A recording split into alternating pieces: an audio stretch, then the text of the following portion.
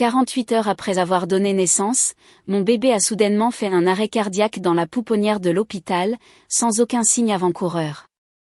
Les médecins ont réussi à la sauver après une intervention d'urgence terrifiante qui a duré plusieurs minutes. Mais juste après l'avoir stabilisée, mon mari et moi avons été convoqués dans une pièce séparée par la sécurité et des officiers de police. « S'il vous plaît, regardez ces images de sécurité », a dit le détective avec une expression grave. À 2 heures du matin, la nuit précédente, une silhouette sombre avait été vue en train de se faufiler dans la pouponnière verrouillée par une porte latérale. La personne s'est dirigée directement vers le berceau de mon bébé et lui a fait quelque chose à sa perfusion avant de repartir rapidement. La caméra a capturé son visage clairement pendant plusieurs secondes. Au moment où j'ai vu son visage sur l'écran, je me suis effondrée à genoux en hurlant. Mon mari a frappé le mur de son poing. Les lumières fluorescentes de cette salle de sécurité brûlaient mes yeux alors que le détective Walsh appuyait sur le bouton de lecture de l'ordinateur portable. Mes mains tremblaient violemment tandis que Tyler agrippait mon épaule. Nous portions tous les deux les mêmes vêtements que nous avions enfilés à la hâte lorsque l'alarme « Code bleu » avait retenti dans les haut-parleurs de la maternité 2 heures plus tôt. Notre fille, Ruby, n'avait que 48 heures. Et il y a quelques minutes à peine, une équipe de médecins s'était efforcée frénétiquement de relancer son petit cœur après cet arrêt cardiaque soudain. Les images granuleuses montraient le couloir de la pouponnière à 2h47 du matin. Selon l'horodatage, tout semblait normal jusqu'à ce qu'une silhouette émerge de la cage d'escalier, se déplaçant avec une détermination délibérée vers l'entrée latérale utilisée par le personnel pour les livraisons. La personne a sorti quelque chose de sa poche et l'a passé devant le verrou électronique, qui a clignoté en vert. J'ai eu l'estomac retourné en la voyant se glisser à l'intérieur avec une aisance habituelle. « Continuez à regarder », a ordonné doucement le détective Walsh. L'angle de la caméra a changé pour montrer l'intérieur de la pouponnière. 6 berceaux bordaient la pièce, chacun contenant un nouveau-né endormi sous la lueur douce des équipements de surveillance. L'intrus est passé directement devant 5 berceaux sans hésitation, s'arrêtant uniquement à celui situé le plus loin du poste des infirmières, le berceau de Ruby. La personne s'est penchée sur son berceau, les mains bougeant rapidement près du pied à perfusion. 30 secondes de manipulation avant de se redresser et de se précipiter vers la sortie. Juste avant de partir, la personne a regardé directement la caméra montée dans le coin. La qualité de l'image s'est affinée pendant exactement 4 secondes alors que son visage remplissait le cadre. Mon cri a résonné contre les murs en parpaing. Le poing de Tyler a heurté le plâtre à côté de la porte, laissant une bosse et s'ouvrant les jointures. Car celle qui nous regardait, aussi clairement qu'en plein jour, c'était ma sœur, Lydia. En grandissant, Lydia avait été l'enfant prodige, tandis que je restais perpétuellement dans son ombre.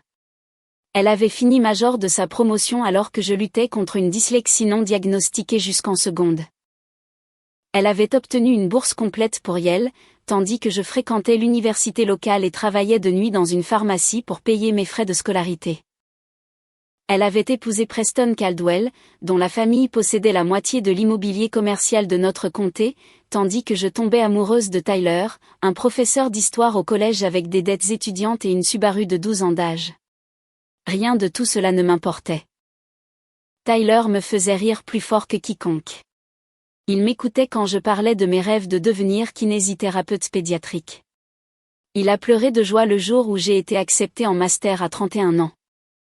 Quand nous nous sommes mariés dans le jardin de mes parents avec des chaises pliantes et des fleurs de supermarché, je me sentais comme la femme la plus chanceuse du monde. Mais Lydia ne pouvait rien laisser passer. Chaque réunion de famille devenait une occasion pour des pics subtils sur mon départ tardif dans la vie ou des questions sur le moment où Tyler trouverait quelque chose de plus lucratif que les saignements. Lorsque j'ai annoncé ma grossesse l'année dernière, elle était restée silencieuse pendant une minute entière avant de forcer un « félicitations ». Ses propres problèmes d'infertilité avaient été dévastateurs. Je comprenais cela, mais sa réaction semblait toxique plutôt que triste. « Êtes-vous sûr qu'il s'agit de votre sœur ?» a demandé le détective Walsh, mettant la vidéo en pause sur le visage de Lydia. « C'est elle », a confirmé Tyler, sa voix tremblant de rage. « C'est définitivement Lydia Caldwell. » Le détective a échangé un regard avec l'agent Brox, qui prenait des notes silencieusement. Madame Caldwell a été admise à l'unité psychiatrique de l'hôpital il y a 14 heures à la suite d'une tentative de suicide. Le saviez-vous? La pièce a semblé tanguer. Quoi? Non. Personne ne nous a rien dit. L'agent Brox a feuilleté son carnet. Votre mère a appelé le 911 hier matin après avoir trouvé Madame Caldwell inconsciente dans son véhicule dans l'allée de vos parents. Des flacons de pilules vides ont été retrouvés sur les lieux. Elle a été transportée ici et placée sous observation. Pourquoi serait-elle dans le service psychiatrique mais capable d'accéder à la pouponnière?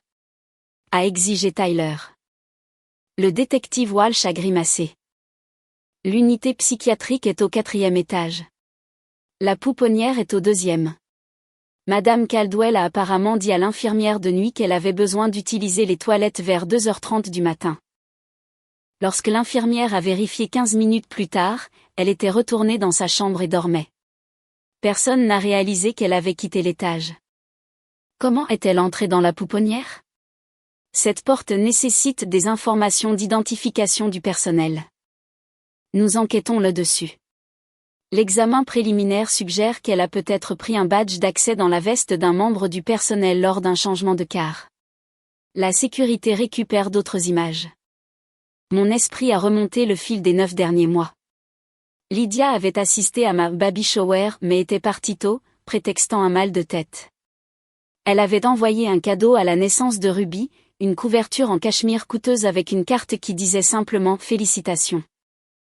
Elle n'avait pas visité l'hôpital, ce que j'avais attribué à ses problèmes de fertilité rendant la situation trop douloureuse. Jamais je n'avais imaginé cela.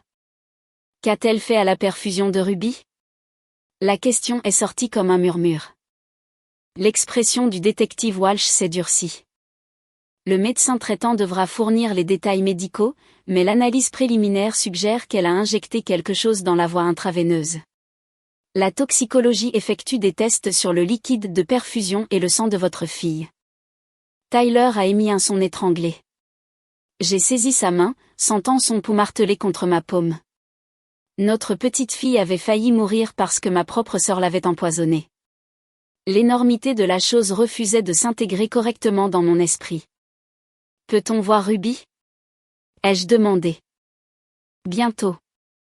L'équipe médicale veut effectuer quelques tests supplémentaires pour s'assurer qu'elle est stable. Le docteur Morrison vous informera sous peu. Nous avons attendu dans cette pièce stérile pendant encore 40 minutes avant que le docteur Morrison n'apparaisse, portant toujours son calot chirurgical. Ruby va bien compte tenu des circonstances. Ses signes vitaux se sont stabilisés et nous la surveillons de près. La toxicologie préliminaire indique qu'elle a reçu une dose importante d'insuline, ce qui a fait chuter sa glycémie et déclencher l'épisode cardiaque. Y aura-t-il des dommages durables? La voix de Tyler s'est brisée. Nous sommes prudemment optimistes. Nous l'avons détecté rapidement grâce aux alarmes de l'équipement de surveillance. Elle devra rester en soins intensifs néonataux pour observation, mais ses réponses neurologiques sont bonnes. Les nourrissons sont remarquablement résilients. Le soulagement m'a presque renversé, mais il est venu mélanger à une fureur si intense que je pouvais sentir un goût de cuivre dans ma bouche. Lydia avait essayé d'assassiner mon enfant. Ma sœur s'était introduite dans une pouponnière verrouillée au milieu de la nuit et avait délibérément empoisonné ma petite fille. Je dois voir ma mère, ai-je dit au détective Walsh. Elle doit savoir ce que Lydia a fait. Mes parents sont arrivés à l'hôpital dans les 20 minutes suivant mon appel. Les yeux de maman étaient gonflés d'avoir pleuré, et papa avait l'air d'avoir vieilli de 10 ans en une nuit. Il savait déjà pour la tentative de suicide de Lydia, évidemment. Mais la révélation des images de sécurité les a frappés comme un train de marchandises. Il doit y avoir une erreur, répétait maman, même après avoir regardé la vidéo elle-même. Lydia ne ferait pas de mal à un bébé.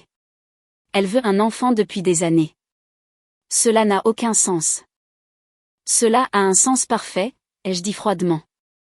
Elle ne supportait pas que j'aie quelque chose qu'elle voulait. Elle a passé toute ma vie à me faire sentir inférieure.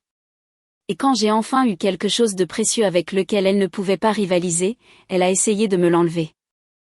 Papa s'est assis lourdement sur une chaise en plastique, ses mains couvrant son visage. Les médecins ont dit qu'elle a fait une dépression nerveuse complète. Quand nous l'avons trouvée hier, elle avait écrit une note disant qu'elle ne pouvait plus vivre en sachant qu'elle ne serait jamais mère. Preston nous a dit qu'ils venaient de terminer leur 6e cycle de FIV raté.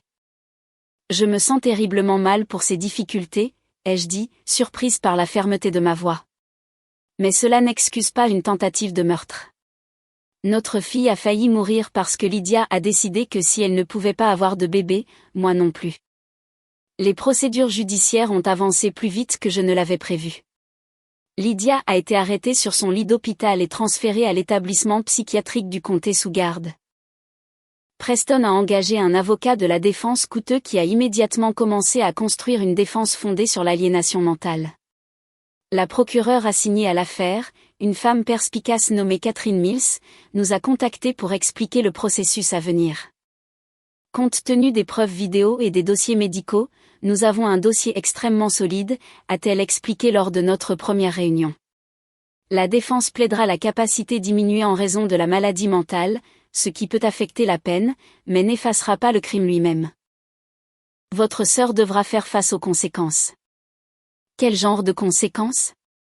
A demandé Tyler. La tentative de meurtre entraîne de lourdes peines dans cet état. Même avec des considérations de santé mentale, elle risque une peine de prison importante ou un internement psychiatrique à long terme. Ce n'était pas un acte spontané.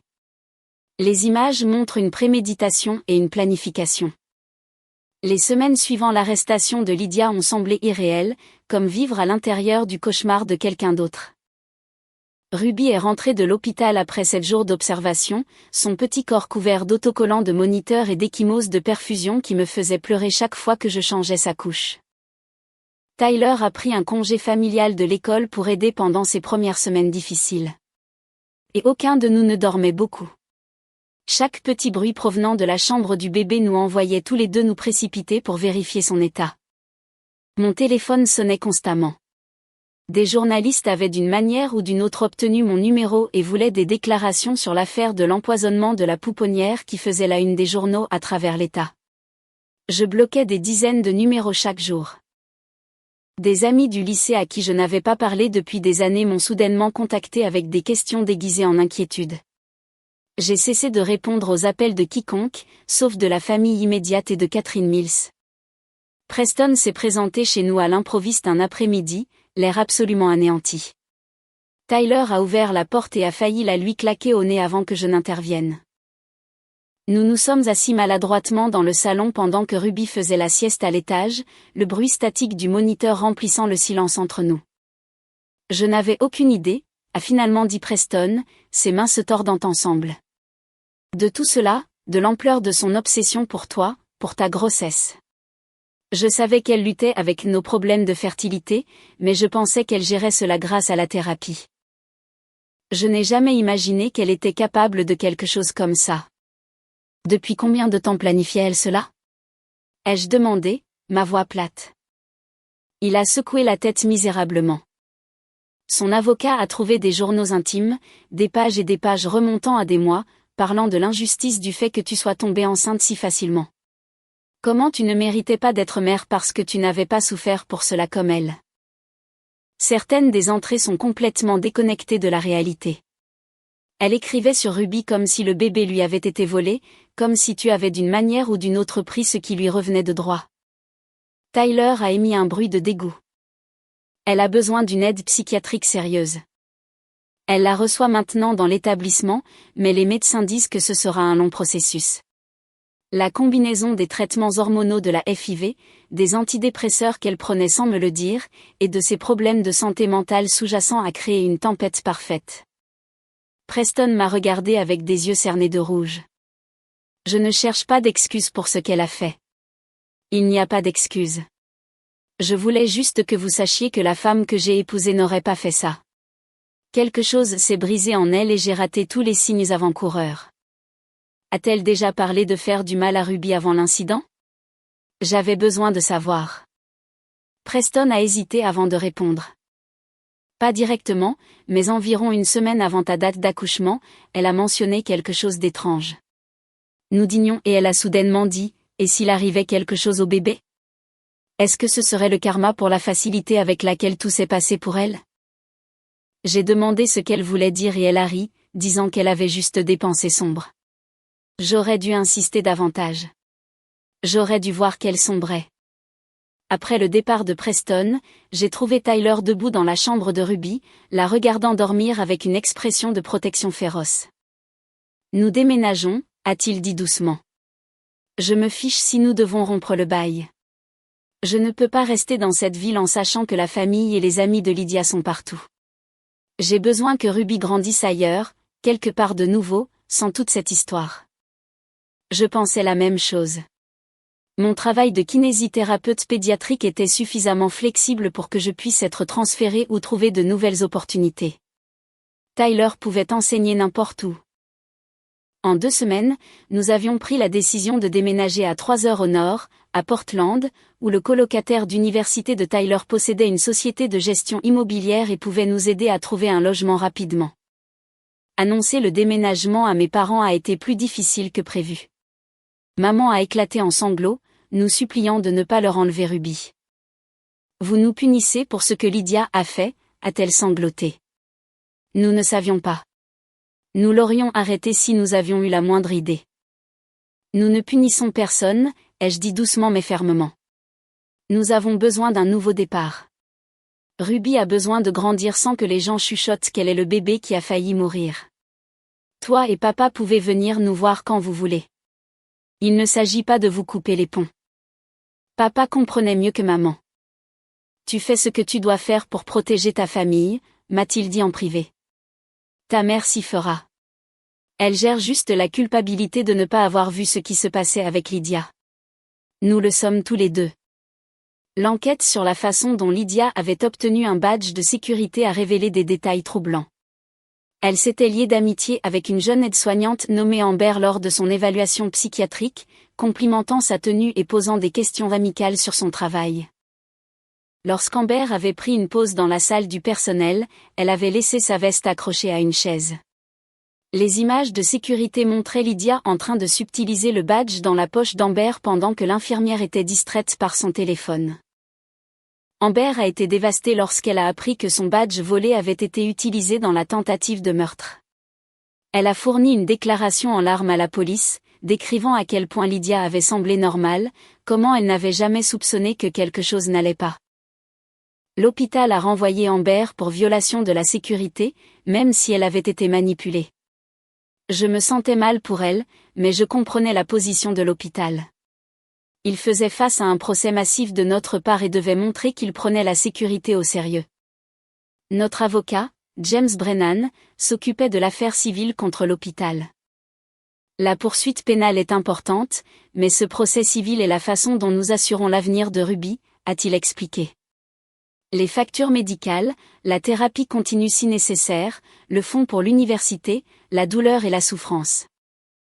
La négligence de l'hôpital en permettant à une patiente psychiatrique de se promener librement et d'accéder à des zones sécurisées a directement contribué à ce qui s'est passé. La compagnie d'assurance de l'hôpital a offert un règlement de 2 millions de dollars en 6 semaines. James nous a conseillé de l'accepter plutôt que de risquer un long procès. C'est une offre solide. Avec cet argent, vous pouvez assurer l'avenir de Ruby et recommencer où vous voulez. Nous avons accepté le règlement à la condition que l'hôpital mette en œuvre de nouveaux protocoles de sécurité pour le service psychiatrique. Aucun patient ne serait autorisé à quitter son étage sans escorte. L'accès par badge nécessiterait une vérification biométrique dans les zones sensibles. Le personnel recevrait une formation supplémentaire sur les tactiques de manipulation des patients psychiatriques. L'hôpital a accepté tout cela. Le déménagement à Portland s'est fait rapidement une fois la décision prise. Tyler a trouvé un poste de professeur d'histoire américaine en 4e dans un collège réputé. J'ai pris contact avec une clinique de thérapie pédiatrique spécialisée dans l'intervention précoce, qui était ravie de m'embaucher. Nous avons trouvé une petite maison dans un quartier calme avec d'excellentes écoles et un jardin parfait pour un enfant en pleine croissance. Le jour où nous avons quitté notre ancienne vie, je n'ai pas regardé en arrière. Ruby dormait paisiblement dans son siège auto, inconsciente de l'importance du voyage. Tyler tenait ma main au-dessus de la console centrale, son pouce traçant des cercles sur mon poignet. « Nouveau chapitre », a-t-il dit doucement. « Nouveau chapitre », ai-je approuvé. S'installer à Portland a apporté un soulagement inattendu. Personne ici ne savait pour l'incident de la pouponnière ou le crime de ma sœur. Quand les gens posaient des questions sur les premiers jours de Ruby, je disais simplement qu'elle avait eu quelques complications de santé à la naissance, mais qu'elle allait très bien maintenant. La vérité restait enfermée, quelque chose que nous partagerions avec elle quand elle serait assez grande pour comprendre. Mes nouveaux collègues à la clinique étaient merveilleux, passionnés par l'aide aux enfants pour atteindre leurs étapes de développement. Travailler avec des bébés et des tout-petits tous les jours aurait pu être traumatisant étant donné ce que Ruby avait vécu, mais au contraire, cela semblait curatif. Chaque enfant que j'aidais était un rappel que Ruby avait survécu, qu'elle s'épanouissait. Tyler s'est jeté dans l'enseignement avec une énergie renouvelée. Ses élèves adoraient son enthousiasme pour l'histoire, la façon dont il rendait le passé vivant à travers des récits et des projets interactifs. Il a lancé un club d'histoire après l'école, et en quelques mois, c'est devenu l'une des activités extrascolaires les plus populaires. Le voir retrouver de la joie dans son travail m'a rappelé pourquoi j'étais tombée amoureuse de lui en premier lieu. Ruby a franchi chaque étape de développement pile à l'heure. Son premier sourire à 8 semaines nous a fait pleurer tous les deux. Se retourner à 4 mois, s'asseoir à 6 mois, ramper à 8 mois. Chaque réussite ressemblait à une victoire, une preuve que les actions de Lydia n'avaient pas causé de dommages durables. Notre pédiatre à Portland, le Dr Sandra Chen, connaissait l'historique médical complet de Ruby et la surveillait attentivement, mais elle ne cessait de nous rassurer en disant que Ruby ne montrait aucun signe de retard neurologique ou développemental. L'audience préliminaire a eu lieu par une froide matinée d'octobre. Nous sommes retournés dans notre ancienne ville pour y assister, restant à l'hôtel plutôt que chez mes parents pour maintenir une certaine distance émotionnelle. La salle d'audience était bondée de journalistes, de curieux et d'anciens amis de Lydia qui semblaient divisés entre la soutenir et condamner ses actions. Catherine Mills m'avait préparé à ce qui m'attendait, mais voir Lydia menottée et en combinaison orange m'a quand même frappé comme un coup physique. Elle avait l'air squelettique, les pommettes saillantes et les cheveux mous. Quand ses yeux ont trouvé les miens à travers la salle d'audience, j'ai vu quelque chose vaciller. De la honte peut-être, ou du regret, mais cela a disparu si vite que j'ai peut-être imaginé la chose. L'avocat de la défense, un homme mielleux nommé Gerald Hutchinson, a plaidé pour une évaluation psychiatrique et une potentielle incompétence à subir un procès. Ma cliente était au milieu d'une grave crise de santé mentale. Les médicaments qu'elle prenait pour les traitements de fertilité, combinés à un trouble bipolaire non diagnostiqué et à un deuil aigu, ont créé une situation où elle n'était pas en contrôle de ses actions. Catherine a contre-attaqué fermement. L'accusée a obtenu un badge de sécurité par une tromperie délibérée. Elle a attendu le milieu de la nuit, sachant que le personnel serait minimal. Elle savait quel bébé cibler et comment y accéder. Ce ne sont pas les actions de quelqu'un dans un état de fugue psychotique. Ce sont des choix calculés et prémédités, faits en toute conscience. Le juge a ordonné que Lydia subisse une évaluation psychiatrique, mais a rejeté la demande de la défense d'abandonner les charges ou de transférer l'affaire devant un tribunal de santé mentale.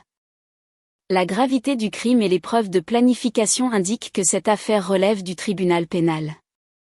L'état mental de l'accusé sera pris en compte pendant la procédure, mais cela ne l'absout pas de sa responsabilité. En sortant du palais de justice, j'ai senti le bras de Tyler serré autour de mes épaules. Les journalistes criaient des questions que nous ignorions, nous dirigeant vers la voiture tête baissée. Ma mère se tenait près du parking, voulant clairement approcher, mais se retenant. Je lui ai fait un petit signe de la main, une reconnaissance sans engagement. Nous parlerions plus tard, peut-être, mais pas aujourd'hui. De retour à Portland, la vie a continué avec un rythme qui semblait à la fois normal et surréaliste. Halloween a amené des enfants réclamant des bonbons à notre porte, et nous avons déguisé Ruby en citrouille pour les photos, même si elle était trop jeune pour participer. Thanksgiving est passé juste avec nous trois, une célébration calme qui semblait juste. Mes parents sont venus pour Noël, apportant des cadeaux et une gaieté forcée qui ne pouvait pas tout à fait masquer leur chagrin continu concernant Lydia. Elle demande des nouvelles de Ruby dans ses lettres, a mentionné maman avec hésitation en m'aidant à préparer le dîner. Elle veut savoir si elle va bien, si elle grandit bien. Je ne veux pas en entendre parler, ai-je dit plus sèchement que prévu. Elle n'a pas le droit de demander des nouvelles de Ruby. Elle a perdu ce droit quand elle a essayé de la tuer. Maman a tressailli mais n'a pas discuté. Nous avons fini de cuisiner dans un silence inconfortable, la distance entre nous étant vaste malgré le fait que nous nous tenions côte à côte dans ma cuisine. Certains ponts, une fois brûlés, ne pouvaient pas être reconstruits. Peut-être qu'un jour maman comprendrait que permettre l'intérêt de Lydia pour Ruby, même passivement, franchissait une ligne que je ne pouvais pas pardonner. Quelques mois plus tard, une nouvelle audience a eu lieu. J'y ai assisté malgré les conseils de mon thérapeute de rester à l'écart. Lydia est apparue au tribunal, les cheveux sales et le visage émacié. Elle ne me regardait pas. Preston était assis au premier rang, l'air dévasté, ses parents l'encadrant avec des expressions identiques d'incrédulité sombre. Le juge a examiné les preuves et a ordonné le maintien en détention de Lydia sans caution en attendant le procès. Alors qu'il l'emmenait, elle s'est finalement retournée et a croisé mon regard. Ce que j'y ai vu n'était ni remords ni honte. C'était un néant vide et creux qui m'a donné la chair de poule. Ruby s'épanouissait malgré ses débuts traumatisants. Elle grandissait et devenait plus forte chaque jour. En la regardant dormir paisiblement dans sa chambre, je pensais parfois à ces terribles minutes où son cœur s'était arrêté, où j'avais vraiment cru que je pourrais la perdre avant de vraiment apprendre à la connaître. Le procès a commencé 4 mois plus tard. J'ai témoigné de ma relation avec Lydia, des années de cruauté subtile et de la dynamique compétitive qu'elle avait entretenue.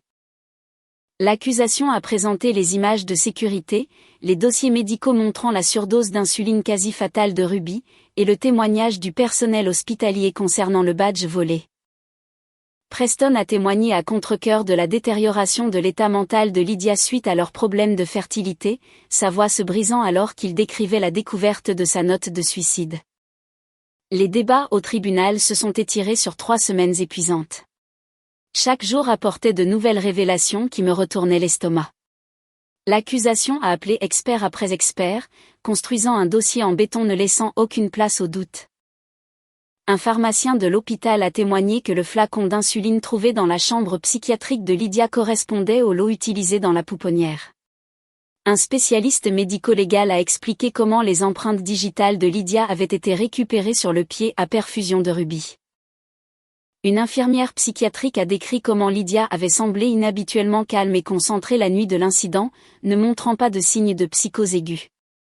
Gerald Hutchinson, l'avocat de Lydia, a vaillamment essayé de peindre le tableau d'une femme détruite par le chagrin et la maladie mentale.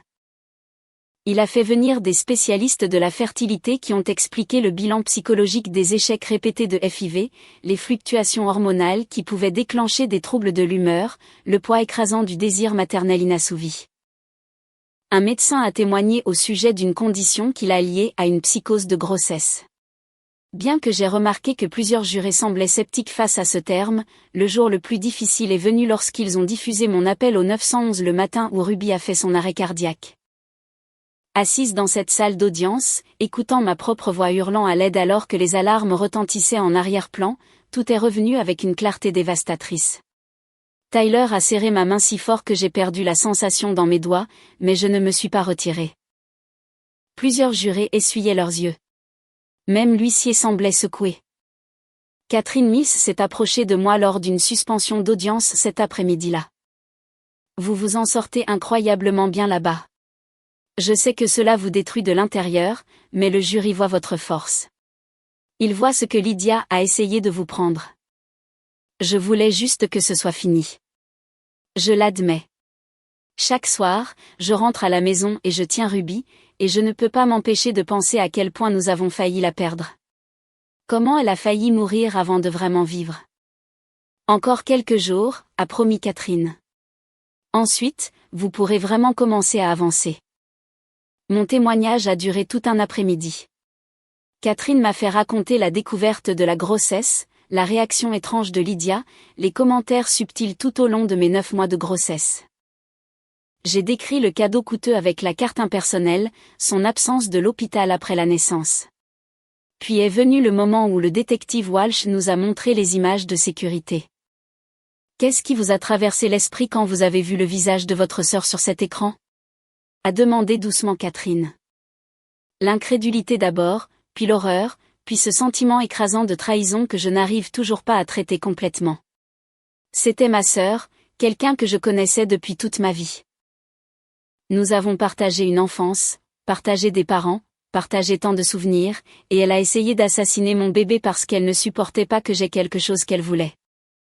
Le contre-interrogatoire de Gerald Hutchinson a tenté d'ébranler ma crédibilité. N'est-il pas vrai que vous et votre sœur aviez une relation conflictuelle depuis des années, que vous vous sentiez inférieur à ses réalisations? Je ne me suis jamais sentie inférieure, ai-je corrigé. Lydia me faisait me sentir inférieure. Il y a une différence. J'étais fière de ma vie, de mes choix, de mon mari. C'est elle qui ne pouvait pas accepter que différente ne signifiait pas moindre. Donc vous nourrissiez du ressentiment envers elle. Je me sentais blessée par la façon dont elle me traitait. Oui. Mais je ne lui ai jamais souhaité de mal. Je n'ai certainement jamais essayé de faire du mal à son enfant parce qu'elle n'en avait pas. C'est tout le problème, n'est-ce pas? Le juge a soutenu l'objection de Catherine avant que Hutchinson ne puisse répondre, mais j'ai vu plusieurs jurés hocher la tête à mes mots. Ils comprenaient la distinction que je faisais. Les parents de Lydia ont assisté à chaque jour du procès, assis derrière la table de la défense avec des expressions hantées. Mes propres parents étaient assis du côté de l'accusation, la distance physique entre eux et les parents de Preston représentant le gouffre qui s'était ouvert dans notre famille. Lors d'une pause, j'ai vu ma mère s'approcher de la mère de Preston dans le couloir. Elles se sont enlacées, pleurant toutes les deux femmes qui avaient perdu leur fille de manière différente mais également douloureuse. La défense a présenté son cas avec un désespoir que je pouvais presque goûter. Ils ont fait venir la thérapeute de Lydia, qui a témoigné de la dépression croissante de sa patiente après chaque cycle de FIV échoué. Son médecin de fertilité a discuté des 6 tentatives, des coûts croissants, du bilan physique et émotionnel. Des amis ont décrit comment Lydia s'était retirée socialement, comment elle avait cessé d'assister aux fêtes de naissance et d'anniversaire d'enfants, comment elle avait cessé de suivre des femmes enceintes sur les réseaux sociaux pour protéger sa santé mentale. Tout ce que vous décrivez ressemble à quelqu'un qui lutte contre l'infertilité, a dit Catherine lors du contre-interrogatoire d'un témoin. Ce que vous ne décrivez pas, c'est quelqu'un qui s'introduirait dans une pouponnière d'hôpital pour empoisonner sa propre nièce. Pouvez-vous expliquer ce saut? Le témoin, une ancienne amie du club de lecture de Lydia, ne le pouvait pas. Aucun d'eux ne pouvait combler le fossé entre une douleur compréhensible et une violence incompréhensible. Le moment qui a fait basculer tout le procès est survenu lorsque l'accusation a révélé l'historique de recherche Internet de Lydia des semaines précédant la naissance de Ruby. Elle avait fait des recherches sur les surdoses d'insuline chez les nourrissons, les symptômes d'hypoglycémie chez les nouveau-nés, le temps qu'il faudrait pour qu'un bébé fasse un arrêt cardiaque après injection, et si l'insuline pouvait être détectée dans les tests toxicologiques. Elle avait également cherché les protocoles de sécurité de l'hôpital, les horaires du personnel de la pouponnière et comment obtenir des badges médicaux. Gerald Hutchinson a objecté vigoureusement, arguant que les recherches avaient été sorties de leur contexte, que Lydia avait fait des recherches sur divers sujets lors d'un épisode maniaque. Mais les dates et les heures racontaient une autre histoire. Ce n'étaient pas des recherches éparses et aléatoires. Elles formaient un modèle clair de planification et de préparation s'étendant sur 3 semaines. Mesdames et messieurs, a dit Catherine lors de sa plaidoirie finale, la défense veut vous faire croire que Lydia Caldwell était tellement malade mentalement, tellement divorcée de la réalité qu'elle ne pouvait pas être tenue responsable de ses actes. Mais les preuves montrent tout autre chose. Elles montrent le calcul. Elles montrent la patience. Elles montrent une femme qui savait exactement ce qu'elle faisait et l'a fait quand même. Elle a fait défiler des diapositives montrant la chronologie, les recherches Internet, l'amitié nouée avec Amber, l'aide-soignante, le vol du badge, l'attente jusqu'au milieu de la nuit quand elle savait que le personnel serait minimal. Le chemin direct vers le berceau de Ruby en ignorant 5 autres bébés. La maladie mentale est réelle. Le deuil est réel. La douleur de l'infertilité est absolument réelle. Et mon cœur va à quiconque lutte contre cela. Mais ces choses ne donnent à personne le droit de blesser un enfant innocent. Elles n'excusent pas une tentative de meurtre. Lydia Caldwell a fait un choix. Elle a choisi de voler ce badge. Elle a choisi d'entrer dans cette pouponnière. Elle a choisi d'injecter de l'insuline dans la perfusion d'un bébé sans défense. Et maintenant, vous devez choisir. Choisissez la justice pour Ruby, qui n'a rien fait de mal à paraître née d'une mère que sa tante enviait. Le jury a délibéré pendant 6 heures avant de rendre un verdict de culpabilité pour tentative de meurtre et mise en danger d'enfant. Lydia n'a montré aucune réaction à la lecture du verdict. Preston a sangloté ouvertement, la main de sa mère agrippant son épaule. Lors de la condamnation 2 semaines plus tard, le juge s'est adressé directement à Lydia. Ce que vous avez fait à votre nièce nourrisson représente une trahison profonde de la famille, de la confiance et de la décence humaine fondamentale. Vos luttes contre l'infertilité sont tragiques, mais elles n'excusent ni n'expliquent la tentative de meurtre d'un enfant innocent. Les preuves montrent que vous saviez exactement ce que vous faisiez et avez choisi de le faire quand même. Lydia a été condamnée à 25 ans de prison avec possibilité de libération conditionnelle après 15 ans purgés.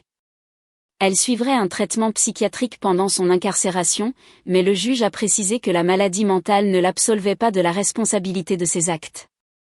Preston a demandé le divorce avant même que Lydia n'arrive à l'établissement correctionnel d'État. J'ai ressenti un pincement de sympathie pour lui malgré tout. Il avait perdu sa femme à cause de ses propres démons et passerait des années à reconstruire sa vie à partir des décombres. Mes parents ont eu du mal à traiter ce qui s'était passé.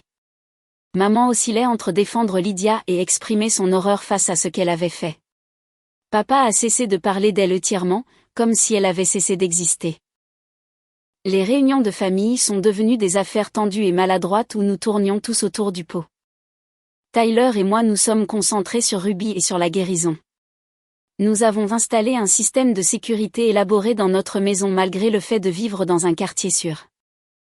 J'ai fait des cauchemars pendant des mois, toujours le même rêve où j'arrivais à la pouponnière trop tard et trouvais le berceau de Ruby vide.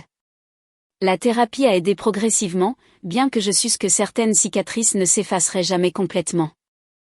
Ruby a eu 1 an par un magnifique après-midi d'avril. Nous avons organisé une fête dans notre jardin avec des amis et la famille, le même espace où Tyler et moi nous étions mariés. En la regardant écraser son premier gâteau d'anniversaire, le visage couvert de glaçage et son rire contagieux, j'ai senti le poids de la gratitude s'installer sur moi. Elle était là. Elle était en bonne santé. Elle était à nous. Mon téléphone a vibré avec un texto d'un numéro inconnu pendant la fête. Contre mon meilleur jugement, je l'ai ouvert. Je suis désolée pour ce que j'ai fait. Je pense à Ruby tous les jours et je prie pour qu'elle aille bien. J'espère qu'un jour tu pourras me pardonner. Elle. J'ai fixé ces mots pendant un long moment. Lydia avait failli détruire tout ce qui était précieux dans ma vie parce que sa propre douleur s'était transformée en quelque chose de malin. Une partie de moi comprenait que la maladie mentale avait joué un rôle, qu'elle avait souffert d'une manière que je ne pouvais pas entièrement comprendre. Mais comprendre n'effaçait pas ce qu'elle avait fait ni ne reconstruisait la confiance qu'elle avait brisée. J'ai supprimé le message sans répondre.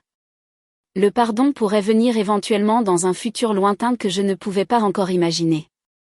Mais aujourd'hui, il s'agissait de célébrer la vie de Ruby, d'honorer le chemin parcouru depuis cette nuit horrible où son cœur s'était arrêté de battre. Tyler a croisé mon regard à travers la cour et a souri, hissant Ruby sur ses épaules pendant qu'elle criait de joie. C'était ce qui importait maintenant. La famille que nous avions construite, l'amour que nous partagions, la fille qui avait survécu contre des chances terribles. Lydia avait essayé de nous prendre cela et avait échoué. Nous avions gagné simplement en continuant d'exister, de prospérer, de choisir la joie malgré les ténèbres qu'elle avait apportées dans nos vies. Le soleil s'est couché lentement sur le jardin, peignant tout en nuances d'or et d'ambre. Le rire de Ruby a retenti clair et brillant, le plus beau son que j'ai jamais entendu. Demain apporterait ses propres défis, ses propres sentiments compliqués sur la famille, le pardon et la justice. Mais ce soir, entouré de gens qui nous aimaient, regardant notre fille découvrir le plaisir simple du gâteau, des cadeaux et de l'attention, je ressentais quelque chose proche de la paix. Lydia purgerait sa peine derrière les barreaux, vivant avec les conséquences de ses choix. Nous purgerions notre peine aussi, d'une certaine manière, en portant le poids de ce qui s'était passé et en apprenant à avancer malgré tout. Mais alors qu'elle compterait les jours dans une cellule, nous compterions les étapes importantes, les premiers mots, les premiers pas, les premiers jours d'école. Elle avait essayé d'écrire une fin à l'histoire de Ruby avant qu'elle n'ait à peine commencé, mais elle avait échoué. L'histoire continuait, plus riche et plus précieuse parce que nous comprenions à quel point elle aurait pu être facilement perdue. J'ai marché vers Tyler et Ruby, enroulant mes bras autour d'eux deux. Ma fille a tendu vers moi ses doigts collants, ses yeux brillants d'un bonheur innocent. Elle n'avait aucun souvenir de ses premiers jours terribles, aucune conscience de la proximité avec laquelle elle était passée de ne jamais vivre des moments comme celui-ci. Peut-être était-ce une bénédiction. Elle pourrait grandir sans l'ombre du crime de sa tante planant sur elle. Elle pourrait simplement être une enfant aimée, protégée et chérie. Je t'aime, a murmuré Tyler contre mes cheveux, un bras autour de moi et l'autre soutenant Ruby. Je vous aime aussi, tous les deux, tellement. Les invités ont commencé à rassembler leurs affaires alors que la fête touchait à sa fin, offrant des câlins et des félicitations en partant. Mes parents sont partis tranquillement, les yeux de maman encore tristes de tout ce qu'elle avait perdu quand Lydia avait fait ses choix. Je les ai étreints tous les deux, sachant qu'ils faisaient leur deuil à leur manière pour la fille qu'ils pensaient connaître. Après le départ de tout le monde, Tyler a commencé à ranger pendant que je mettais Ruby au lit. Elle a combattu le sommeil comme toujours, ses yeux se fermant avant de s'ouvrir à nouveau, déterminée à ne rien manquer. Je lui ai chanté sa berceuse préférée, la même que ma grand-mère me chantait, et je l'ai regardée finalement s'abandonner à l'épuisement. Debout au-dessus de son berceau dans la douce lueur de la veilleuse, j'ai fait une promesse silencieuse. Je la protégerai avec tout ce que j'avais. Je lui apprendrai à être forte et gentille, à construire une vie basée sur l'amour plutôt que sur la compétition ou l'envie. Elle saurait que sa valeur n'avait rien à voir avec la comparaison aux autres. Et si elle demandait un jour des nouvelles de sa tante Lydia, je lui dirais la vérité de manière adaptée à son âge, l'aidant à comprendre que les gens font parfois des choix terribles lorsqu'ils sont consumés par la douleur. Mais ces choix ne définissent pas tout le monde autour d'eux. Le moniteur de sécurité sur la commode montrait chaque angle de la chambre. Les caméras que j'avais installées après avoir ramené Ruby de l'hôpital. Certaines personnes pensaient que c'était excessif, mais ces personnes n'avaient pas regardé les images de sécurité de leur sœur empoisonnant leur nouveau-né. Mieux vaut être excessif que non préparé. J'ai embrassé doucement le front de Ruby et j'ai quitté la pièce, tirant la porte presque fermée derrière moi. Tyler avait fini de nettoyer et s'était effondré sur le canapé, épuisé, mais souriant. Je l'ai rejoint, me blottissant contre son flanc comme je l'avais fait 1000 fois auparavant. Bonne fête, a-t-il dit doucement. La meilleure. Elle ne s'en souviendra pas, mais nous si. Tu penses qu'on aura encore des nouvelles de Lydia? Probablement. Je ne sais pas ce que je dirai si elle continue d'essayer de me contacter. Tu ne lui dois rien, a dit Tyler après un moment de silence. Pas de pardon, pas de compréhension, pas même de reconnaissance. Ce que tu lui donneras, si tu donnes quelque chose, doit être selon tes conditions et ton calendrier. Il avait raison. Les excuses de Lydia ne m'obligeaient à rien. Sa souffrance en prison n'effaçait pas la souffrance de Ruby, la mienne ou celle de Tyler. La justice avait été rendue par le système juridique et maintenant le travail de guérison nous incombait à nous seuls. Je suis juste contente que Ruby aille bien, ai-je dit doucement. Tout le reste est secondaire par rapport à ça. Elle va plus que bien. Elle est incroyable, tout comme sa maman. Nous sommes restés assis ensemble dans le calme paisible de notre maison, notre fille dormant en sécurité au bout du couloir. Le voyage depuis cette nuit terrible à l'hôpital avait été long et douloureux, rempli de séances de thérapie, de procédures judiciaires et de nuits blanches hantées par des « et si ». Mais nous y avions survécu. Plus que survécu, nous avions construit quelque chose de beau à partir des cendres de la trahison. Lydia avait voulu détruire ce que j'avais parce qu'elle ne pouvait pas l'avoir elle-même. Au lieu de cela, elle m'avait seulement rendue plus consciente de la préciosité de tout cela, de la gratitude que je ressentais pour chaque moment ordinaire avec ma famille. Sa vengeance s'était complètement retournée contre elle. Alors qu'elle était assise dans sa cellule à contempler ses crimes, je vivais une vie pleine entourée d'amour. C'était la vraie fin de son histoire et le début de la nôtre. Pas une vengeance au sens traditionnel, mais quelque chose de mieux. le simple fait de prospérer malgré ses meilleurs efforts pour l'empêcher. Ruby grandirait en sachant qu'elle était désirée et aimée. Tyler et moi vieillirions ensemble, regardant notre fille devenir qui elle était censée être. Et Lydia vivrait avec la connaissance qu'elle avait essayé de tout prendre et qu'elle avait échoué. La justice avait été servie. La vie continuait, à la fin, l'amour avait gagné.